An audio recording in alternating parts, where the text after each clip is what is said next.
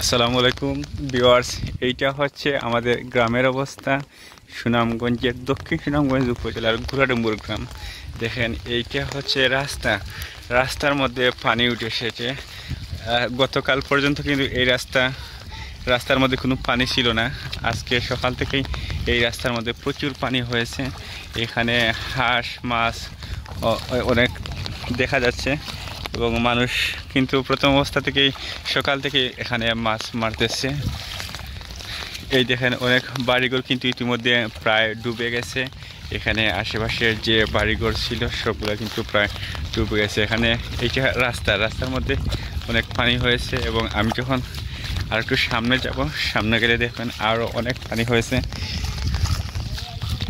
আমি যতটুকু পারি আপনাদেরকে দেখানোর চেষ্টা করবো। এই পানির মধ্যে অনেকেই মাছ ধরতেছেন। আচ্ছা, এই হলো পানির মধ্যে এই পিঁপড়ের একটি ভয়ঙ্কর অবস্থা। এই দেখেন পিঁপড়ে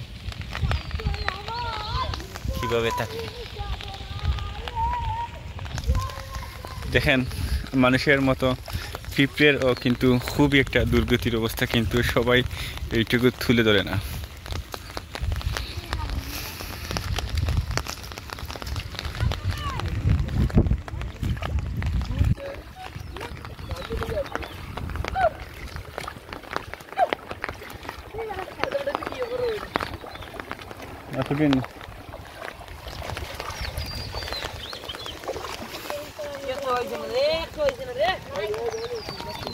মাছ নাই, অনেকেই মাছ ধরার চেষ্টা করতেছে। দর্শক দেখেন, এইটা হচ্ছে আমাদের গ্রামের একটি মসজিদ, পূর্বপাড়ার মসজিদ। এই মসজিদ কিন্তু পানি উঠে গেছে।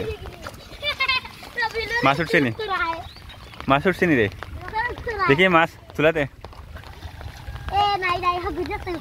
হবে পাকা মারছি। আচ্ছা, আমি আরো দেখানোর চেষ্টা করবো। আরো সামনে যত যাবো তত কিন্তু পানি একটু বাড়বে।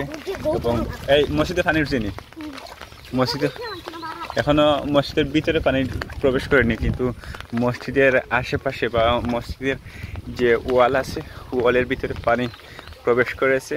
দেখেন, আমি একটু সামনে গিয়ে দেখাইতেছি মসজিদের এই অবস্থা।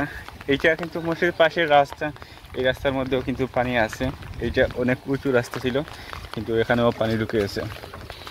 আর এইটা হচ্ছে মসজিদের ভিতরে কিন্তু পানি প্রবেশ করে আবার এইদিকে বের হইতেছে। এই হচ্ছে সামান্যর জন্য মসজিদে পানি ঢুকে যাবে হয়তো, আর যদি 4 আঙ্গুল পানি বেড়ে যায় তাহলে এই মসজিদে কিন্তু পানি প্রবেশ করবে। আর এখানে মাছ ধরার জন্য অনেক সিস্টেম অবলম্বন করা হচ্ছে। দেখেন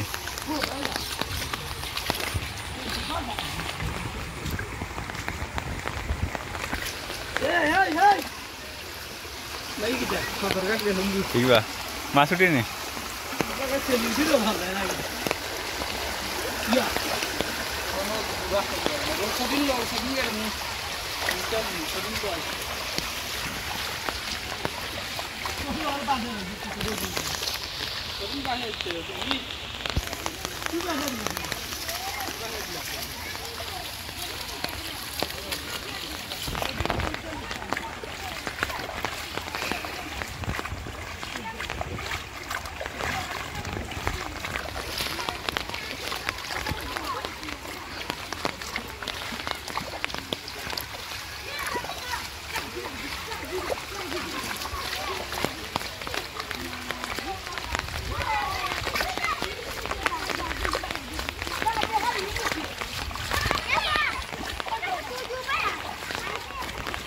দেখেন, এখানে কিন্তু উড়না দিয়ে মাছ ধরার চেষ্টা করা হচ্ছে।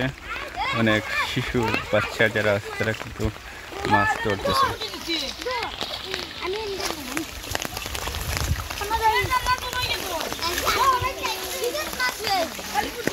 এইটুকু হচ্ছে আজকের